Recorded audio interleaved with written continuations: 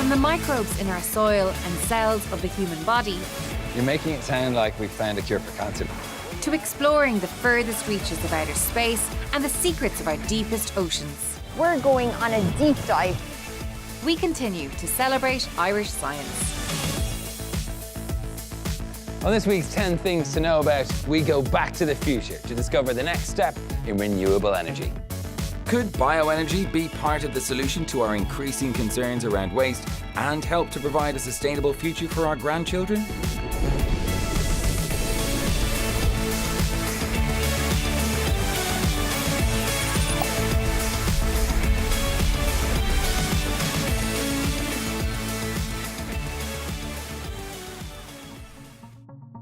The light from the sun, the wind that blasts our hillsides, and the waves that batter our coastlines have enabled huge technological advances in the renewable energy sector.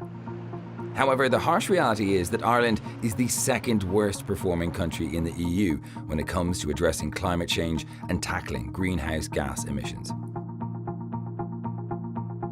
Irish researchers are beginning to seize opportunities to capitalise on one of the fastest growing sections of the world's sustainable energy sector, bioenergy.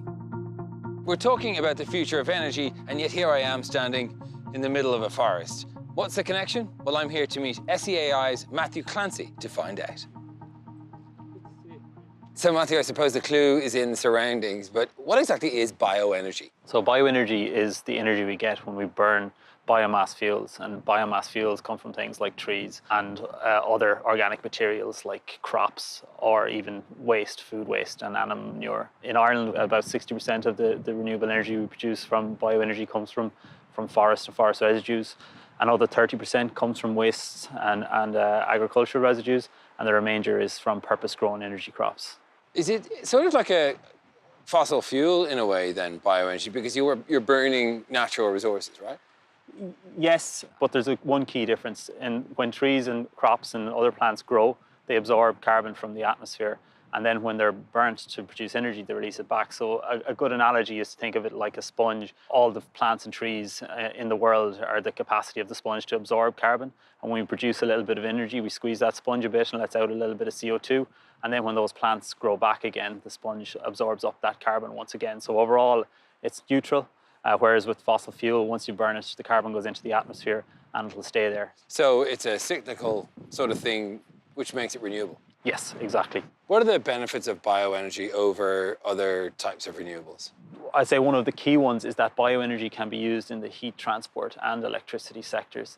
So, for example, biofuels in aviation is one of the few solutions that are available for that sector to decarbonise. You can actually use this energy that you've gotten from natural resources to fuel airplanes and trucks? Yes, the latest technology in the area of biofuels, it's chemically the same as petrol or diesel that you could use. So wow. There's a lot of research in there at the moment. And even now, we're all driving around with about 5% of biofuels in our tanks.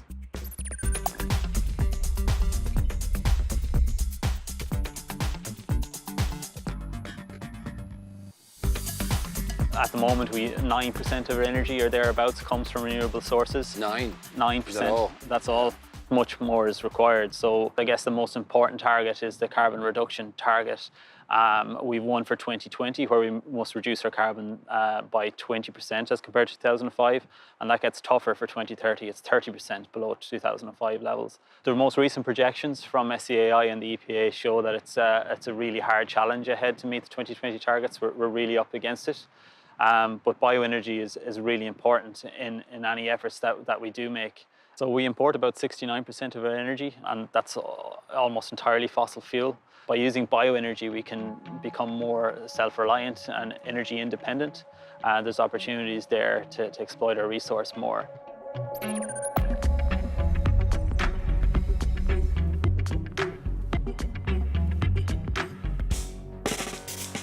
With our large agricultural and food production sector, Ireland is in a great position to exploit bioenergy, and researchers are already starting to rise to the challenge. I'm here in Ballinasloe, County Galway, to find out more about a world-first waste-to-energy technology that brings the phrase waste not, want not to a whole new level.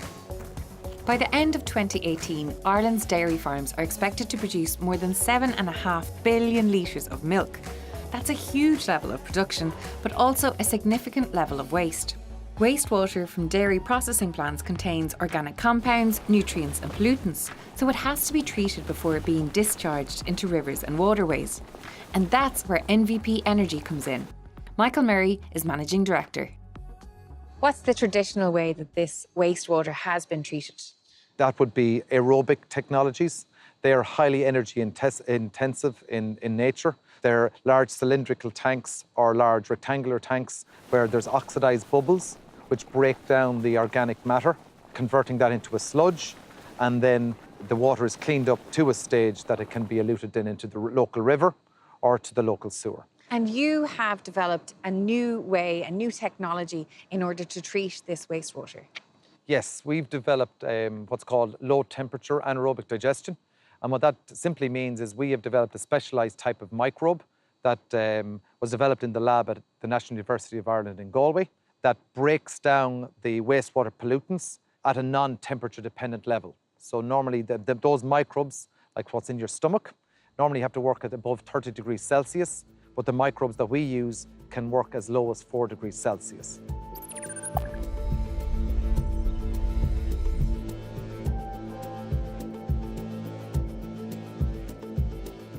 Dr. Dermot Hughes helped develop NVP's unique waste-to-energy technology at NUI Galway. The technology is the culmination of 12 years of, I suppose, applied research within NUI Galway, and then 3 years of extensive R&D by the company itself when they commercialised the technology. And it had to be collaborative. You've got the bio element of it, but then you needed the engineering part to upscale it. Absolutely, yeah. And that was one of the challenges when the company took over the patent from the college, was that it's all fine and well doing it at lab and pilot scale, but this is a whole different kettle of fish, as you can see here. This is a full-scale process. Anaerobic digestion involves the breakdown of organic material by bacteria in an oxygen-free environment. The concept has been around for centuries, but the innovative aspect of this technology is that the microbes can get to work on the waste at low temperatures. The wastewater is pumped in through the bottom of the reactor and passes up through a bed of microorganisms, and that's where the bulk of the treatment takes place. So that's your removal of your polluting potential, and your generation of your biogas takes place in that area of the tank. Then as the wastewater continues to be pumped up, it passes through our patented anaerobic filter section. So this is a secondary stage of treatment within the process, and that's what really polishes the effluent to a very high standard.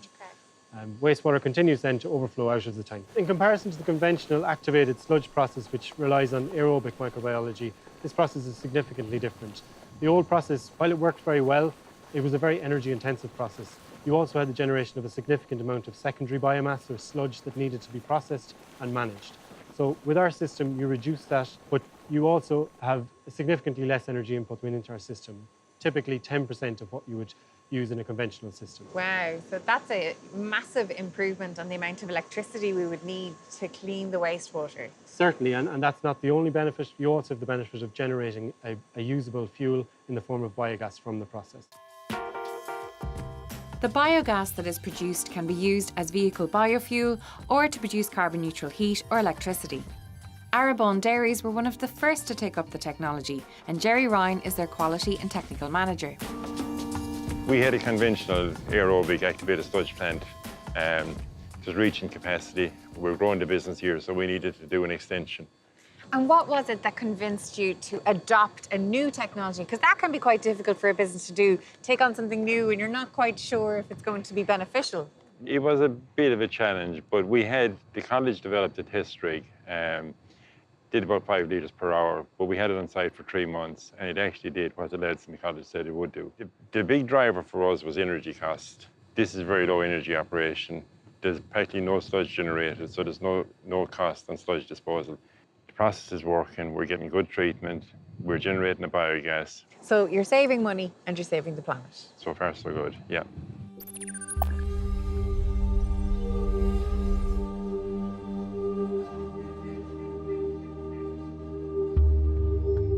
Efficiency is the name of the game these days. You know, energy is a big problem. Energy independence is a big problem, and that's where this technology really fits in. It's a really good fit for this sector in the sense that you get energy out of it as opposed to putting energy into it. Ultimately, the goal here is to have a carbon neutral treatment plant where the energy you're producing is enough to drive any of the other processes within the plant. Well, it's very exciting. I mean, a lot of PhDs and postgraduate studies, in theory, they do a lot of nice bench work, but it never really gets to a full-scale system. So it's absolutely great to see it come to this stage.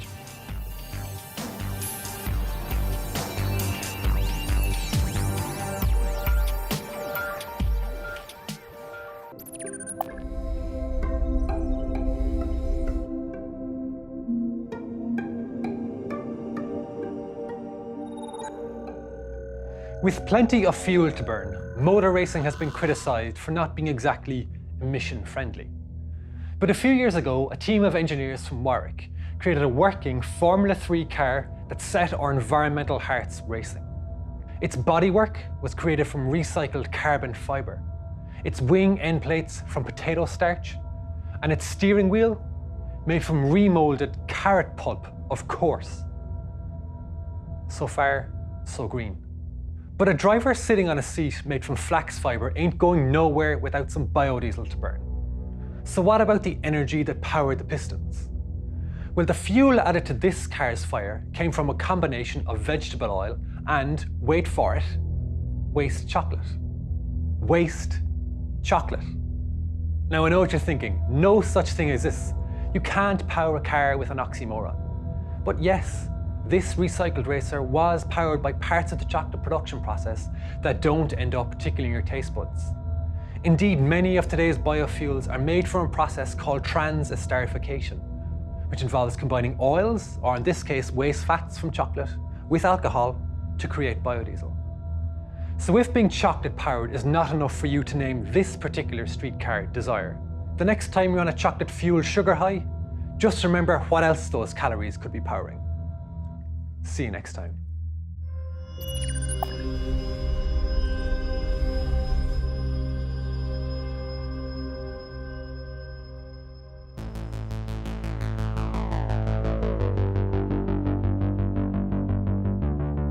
In the 1980s classic, Back to the Future, Doc Brown used banana peel, coffee grounds, and even beer to power his trusty DeLorean. But while we haven't yet developed a flux capacitor, could Doc have possibly been right? Is bioenergy the future? The concept of waste to energy is genuinely exciting. Kathriona is in Thurles to investigate a pilot plant that could provide local communities with a way to convert non-recyclable waste into energy and other reusable materials. It even works on the dreaded plastics. Sean O'Grady is from Premier Green Energy. We look at the conversion of biomass and timber-based products into carbon and into energy and into power. So you're trying to turn stuff that people don't want into energy? Essentially, yes. And how do you do that? We expose the biomass or the waste product to high temperature in the absence of oxygen within a reactor. When in that reactor, then that particular material then converts into a synthetic gas and into carbon. There's significant debate around controversial large-scale bioenergy plants, which can be expensive to build and operate. The key benefit of this technology is that it can be installed and operated at a much more manageable size. This can be done at kind of a small, medium scale for communities and for regional-based activities, as opposed to a very centralised waste energy type application. So you might have one of these in your local village? You could have it in a community, in a village or in a region, and the purpose of this particular plant is to assess what those particular thresholds are, what's that minimum threshold. So in a particular community, you may have waste residues in the form of forestry or in the form of agri-residues that are otherwise decomposing in the fields or being land spread. Whereas if that particular material is harvested, collected, it can be brought into like a cooperative type arrangement, brought to a central location then for energy recovery and resource recovery. The pilot plant employs a process called pyrolysis, a treatment which can be applied to waste organic materials to break them down and release energy. JJ Leahy helped develop the pilot plant technology at the University of Limerick. You can see that we have some pelleted biomass waste material, typically what you would find at home in your waste bin. This is non-recyclable, non-brown bin compostable. Exactly. Everything else mushed up into a pellet. Exactly. Once we leave this stage, the material enters a kiln. And from here on, the process is very, very hot. yeah. But unlike a conventional kiln, where we would introduce oxygen, this is an oxygen-free kiln. We're heating it up To what temperature? 600 degrees Celsius. Wow. We're not interested in burning. The goal here is to thermally deconstruct or decompose the solid into smaller fragments. So you're using heat to break up the chains. That's exactly what happens. So at this stage here, we have a solid, which is the material which will not thermally decompose, and we have a vapor. And the vapor is composed of molecules which were once part of the solid, but are now smaller fragments. But they're still too large for us to put into a gas engine. Okay. To enable the system to use every part of the waste, the vapour is then passed through a final phase where it's treated at 900 degrees Celsius, breaking it down even further to power a gas engine and produce electricity. But what makes this what we call a biorefinery is that there are two products. So the solid fraction looks essentially like a charcoal. That can be recycled as a source of nutrients, so it can be put back onto the land as what we call a biochar. So you're kind of like a thermochemical chopping board where you're just chopping things up into smaller and smaller bits to make them more usable again. That's essentially it. So rubbish in, Rubbish in, gas heat, and char out. gas and char out.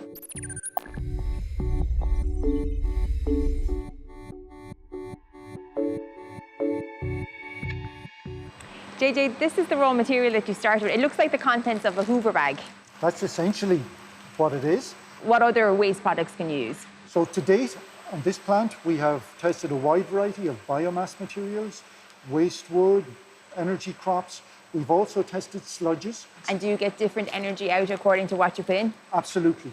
But also, you can tailor the process depending on whether you want to optimize it for the production of your char or whether you want to optimize it for the production of your electricity and your heat. But what makes modern pyrolysis, such as this plant, innovative is the level of control.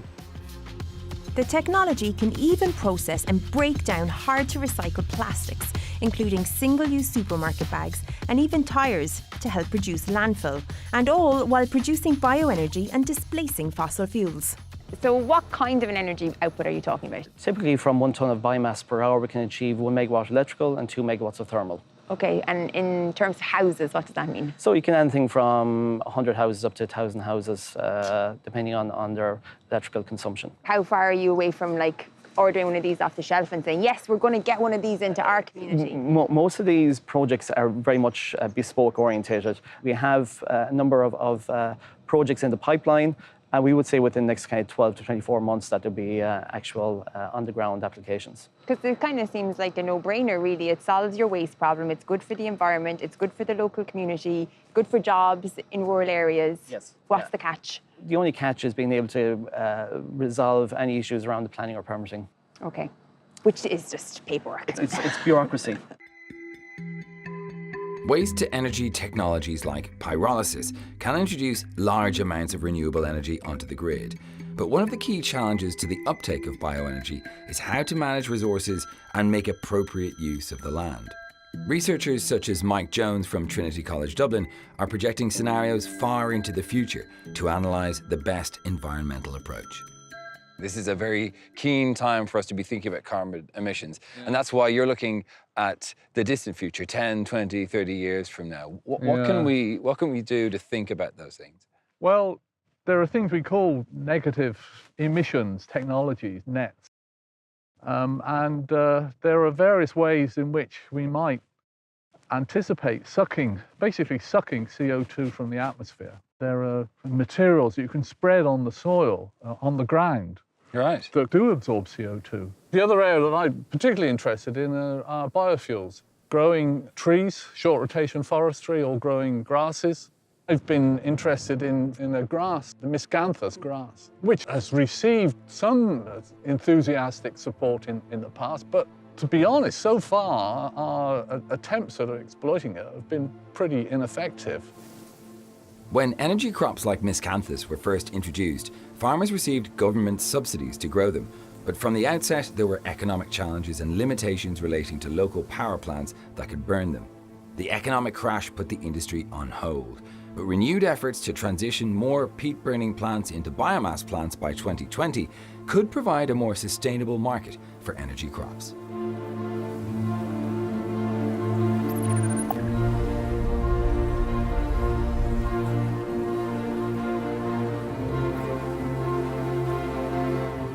Renewable energy is intrinsically linked to carbon capture and storage, and ambitious large-scale engineering projects have been proposed to remove and purify CO2 from the atmosphere and then store it back in the very place we extracted fossil fuels from in the first place, the empty gas and oil fields under the ground.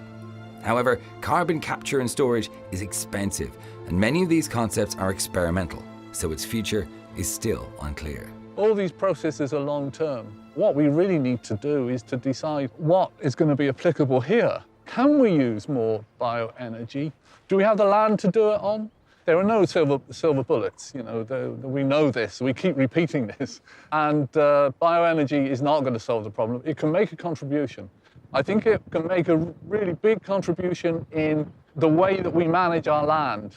Now, our agriculture happens to be very efficient in terms of producing milk and meat. There's a consequence of doing that. A very large proportion of our greenhouse gas emissions come from the way in which we use the land here. And what do we do? Do we continue to expand that type of agriculture, or do we try to balance what is being produced in greenhouse gases from current agriculture with other mechanisms which are actually reducing the greenhouse gas concentration? We really are in a crisis situation in terms of the time that we have available to start controlling the CO2 concentration in the atmosphere. The complexities of the emissions problem will require a huge amount of collaboration between researchers, industry, and the political will to drive the successful transition to a renewable energy future. Bart Bonsall is from the Technology Centre for Biorefining and Bioenergy. I don't know how many people know this, but Ireland is actually subject to binding obligations to reduce its greenhouse gas emissions and improve its renewable energy penetration by 2020 and by 2030. And if we don't achieve that, we're going to start to see very significant fines, 100 million, 150 million euros a year from the EU. Well, we are going to miss those, so we are going to be paying those fines. So we have to do something as soon as we can to reduce them. It would make more sense to utilise that money actually developing the resources that we have and creating rural jobs, using rural resources, than it would be to pay fines into the EU. So I think there's a great incentive to develop the renewable energy space.